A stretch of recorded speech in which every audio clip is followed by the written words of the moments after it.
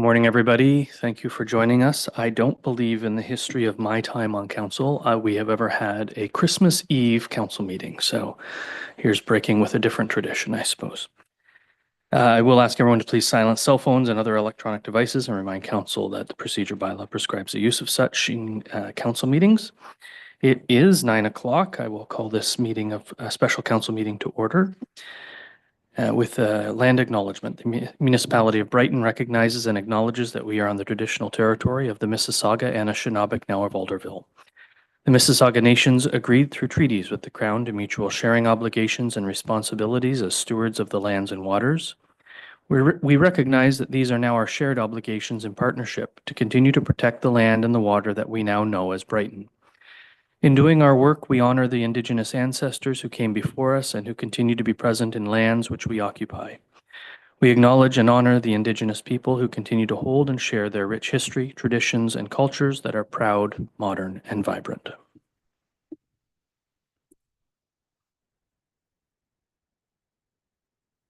I have a motion moved by Councillor Butwell, seconded by Deputy Mayor Anderson, that the December 24th, 2024 special council meeting agenda be approved as presented. Is there any discussion? Those in favor? There being none opposed, that motion is carried.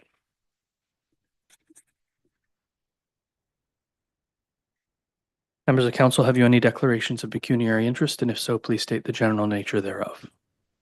And there are none noted. The topic for today's special council meeting is with regard to the process to appoint a councillor for a vacant seat. Madam Deputy Clerk, we have read your report. Do you have anything to add or highlight? Thank you, Mr. Mayor. Yes, I do. And through you, I don't have anything, any changes necessarily to the report. There is some additions from the communications department that I'll let you all know.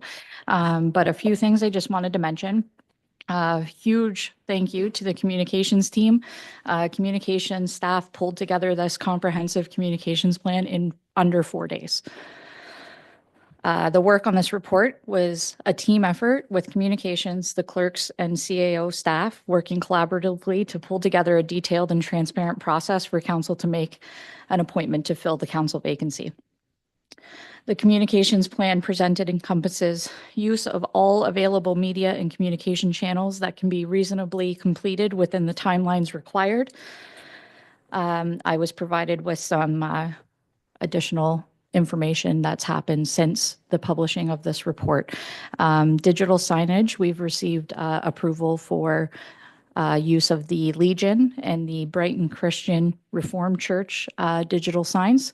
And I believe we're still waiting for some other approvals, but we've received those already.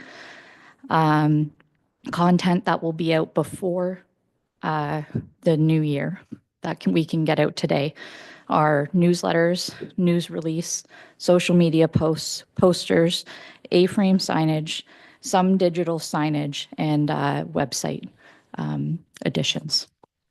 The communications detailed in the communication plan have been prepared ahead of time to allow for a seamless release following today's meeting. Essentially, the communications team is waiting and ready to press the go button. And I mean that quite literally. I believe Caroline is watching and sitting next to a large printer to start printing the large posters once she knows that council is approving going forward with this method. Staff have tried to address all points made at the December 16th meeting. However, staff have not included an event for candidates to address or answer questions from the public. Staff have included in the staff report why we do not feel this is an appropriate use of municipal resources, including the need for the municipality to remain impartial during campaigning activities. The most important aspect of the public engagement that needs to be focused on is the call for applications so that the public is aware of the opportunity to apply. With the appointment process and communications plan proposed, staff have worked hard and developed a comprehensive plan to get communications out to the public in every way possible so that those interested are aware of the opportunity to apply for the council vacancy. The proposed timeline takes into account the requirement that council make their appointment on or before February 7th, 2025, in order to comply with the Municipal Act. The timeline follows.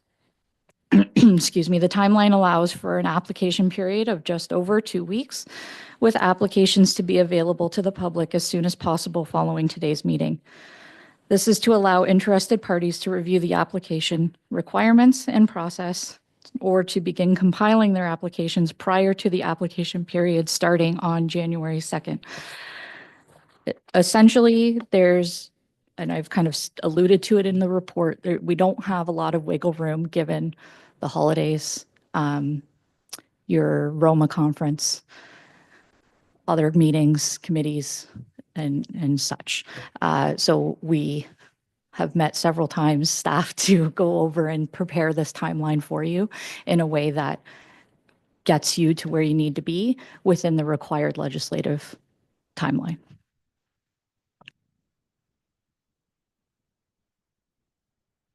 Thank you, Madam Deputy Clerk. Motion is moved by Councillor Rowley, seconded by Councillor Wheeldon, that Council adopt the Council vacancy appointment process policy and that Council approve the recommended timeline to be used for the appointment process as presented, and that Council approve the recommended communications plan as presented, and further that Council direct staff to proceed with accepting candidate applications in accordance with the Council vacancy appointment process policy. Is there any discussion? Councillor Boutwell. Good morning, everybody. This is directed through you, Mr. Mayor, to our Deputy Clerk. I just wanted to say, Deputy Clerk, that this is the best report I have seen since we have sat around this table. So I very much appreciate the hard work that's been put in by all of staff on this. It is, like you said, it is comprehensive, it is thorough, there's costing information, and I just wanted to say that it's really nice to see this. Thank you. Thank you. That's a nice comment before Christmas. Appreciate that. Is there any other comment from members of council? Councillor Wheeldon. You took the words out of my mouth for a lot of that. This is excellent and well done and very well thoroughly explained. I know there were some points in here that did go against what we had asked for, but it all makes sense. So thank you for doing this work. And I'm sure a lot of research went into this in addition to just pulling all of this together. So thank you. Thank you. Anyone else? Deputy Mayor? Yes, I'd like to thank you today. Thank you to staff for providing, thank you, that's even helps. Thank you thank you to staff for providing this very detailed report. I'm satisfied that it meets and it's even exceeds the requirement that's necessary. So thank you very much for this has come together. Thank you, Deputy Mayor. I only have one question, and it's, will the communication information note that the process is quite public? People applying to the municipality normally would have their information kept for a closed session, and that will not be the case. It will be very public. A lot of personal information will be detailed publicly, addresses, emails, phone numbers, things like that. And, you know, which is fine if you're running for election, you expect that. But I think maybe people won't be expecting that from an appointment process. No problem with it. I think it's a good idea. Just want people to be aware that, in fact, their personal information will be detailed publicly. I believe that's mostly covered in the policy, Mr. Mayor.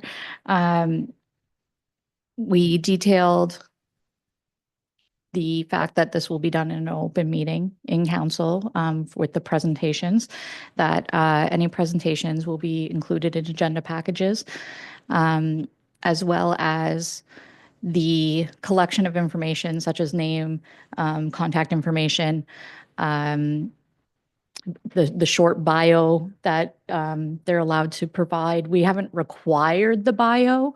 I don't see anybody not giving some sort of bio, but we didn't feel it was appropriate to require certain information outside of name and contact info. Otherwise, name and contact info absolutely on the website, and it says that in the policy, as well as the opportunity to provide a photo and a bio, any website links that will also be available on the website if they so wish. Thank you for that. And will it be in the communication package that it's all quite public, Mr. Hagerman? Through the mayor, the rest of council, I don't believe that it explicitly says that at the moment. But that is an amendment we can make. Thank you, CEO. Thank you, Mr. Mayor. Indicated at the, on the form that they have to complete at the bottom, it does have the disclaimer there that indicates that it will be, the information will be available for the public. Perfect. I Thank know you. it's fine print, but it Yep. is located on the Yep. application. And I trust that the clerk's department will reiterate that when people come in. Okay, thank you. Councillor Wilden? I was just going to add that it's also at the top of the applicant bio form. Applicants are encouraged to complete this form so that their information can be shared on our website through community newsletter, social media news releases, and through print materials distributed across the municipality. So when they fill out that form, it'll be very clear. Perfect. Thank you. Anything else from council? Councillor Butwell? Thank you very much. Through you to Ms. Polly. We have seen that Canada Post is going to start accepting mail. Are we adjusting to include the mailer? I did see a budget item that is very close to the price of what I think a Fulbright mailer will be. Is that what that's been allocated towards? Deputy Clerk? No, we decided not to go with a mail out specifically because even if staff were to scramble today, following this meeting to put together a mail out, the chances of it getting to enough people prior to the close of applications, as much as Canada Post is up and running, I'm sure they're a bit behind and there's going to be a surge of mail going out from people who were holding back, waiting to mail. We have a stack of stuff waiting to go to Canada Post to be mailed out. So we felt that that wasn't a reasonable cost to incur to mail out due to they would get it maybe a week before, if we were lucky, the close of applications. We felt that this communications plan with all kinds of signage, flyers at Sobeys and all kinds of other public opportunities was a better use of resources. Thank you both. Anything else? Councillor Wright? I was a little bit concerned with the Friday date for, was it our meeting? Rather than having a Saturday to interview the candidates, given the idea that we want to encompass as many people as possible, if people are working, I have concerns that it might be onerous on them to come on a Friday morning where it would be easier to do a weekend date. I realize they're, applying to work for public office, which I would think would encompass them to be able to get that kind of time off. But I think it might be a little bit too much to ask and might prevent somebody from putting their application in who might be a good fit otherwise. Any comment there? Through you, Mr. Mayor, I don't really have a comment. If that's council's desire, then we can maybe bump it to the Saturday being January 25th. Council? Councillor Wheeldon? I have a wedding to go to that day, but aside from that, I do support the idea of it being on a Saturday. Given the importance of the event, I think that would be as accessible as possible is certainly the preference. Does anyone else want to move the date? Councillor Butwell? I would be supportive of the Saturday. I think that if we want to have the largest, most diverse pool of selections, then more people don't work on Saturday than those who don't work on Fridays. Does that come across right? Yeah. Okay. I suppose that's true, but there are certainly people who could be qualified who would normally work on a Saturday shift as well. So either way, people are going to have to juggle if they don't want. And I would rather not have to incur, what do we call it, lieu time, not overtime. We don't pay overtime, but lieu time for staff to come in on a Saturday when there is an expectation at the end of the day that people will make time for council, and we're talking about 15, 20 minutes out of their day, maybe half an hour to answer questions. So I think keeping it on the Friday is probably fine, but also if people want to move it to Saturday, I'm certainly going to make myself available. Councillor Wheeldon. That's a good point. I guess I was thinking of it like it was an election event, and it's not. The people who need to be convinced will all be around this table. As much as it would be great for everyone to be able to see and participate in that, ultimately, by the time we're at presentations, the opportunity for public response is limited to trying to text us while we're in the middle of a meeting. So, CAO. Thank you, Mr. Mayor. Through you, we can also facilitate it electronically, right? Virtually, if somebody isn't able to be here in person, if they do have to work, they can take that time out and we can have them join us virtually. Councillor Botwell. To the clerk's department, through you, could we perhaps give people who may not be able to take an entire day an idea of a time slot or a time range? So I guess in what order we would be seeing those presentations, and the people who have a timing issue, either put them, or maybe perhaps put them right at the beginning. Deputy Clerk. Through you, Mr. Mayor. We won't know a general timeline right away until all applications have been filed. The idea of the meeting is to hear the presentations from the applicants in alphabetical order by last name. So we will have a better idea at that point. My feelings would be that the agenda would remain the same, and council would have to, because we've done that in the policy, council would have to amend the agenda to move someone up. Thank you for that. Anyone else? Councillor Wheeldon. I hear your point, and that makes sense. But they should have by the time the application period ends on the 17th, with the meeting being on the 24th, that should give people a week to book off a morning of work, if that's what's needed for them. I feel like that's generally enough to find someone to take a shift if needed. There are 4 working people in this council chamber, not the chamber, but in the council itself, that are here at 9:18, and that could very well happen again. Hopefully not for this purpose, but it could very well happen again that we have to have a day meeting. It's happened a couple of times. So again, this person would be expected to, and maybe that should be one of the questions we ask. This person would be expected to be able to be as flexible as we are to come to meetings when council needs to meet. And that, generally is at 6:30 on a Monday evening.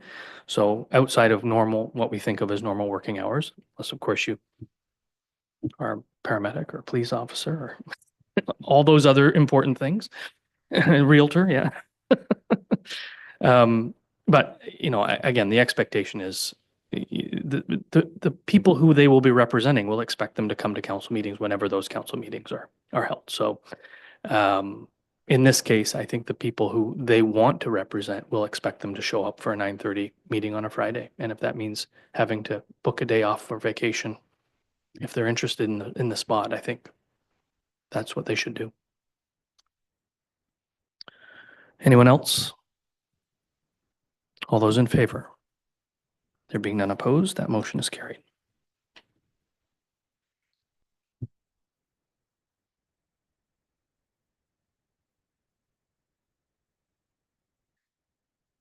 We come to question period. This is an opportunity for the 3 members of the gallery, and there's no one on Zoom to ask questions with the item that was on today's agenda. Anyone? Go ahead, Steph. Just get you to, is that on?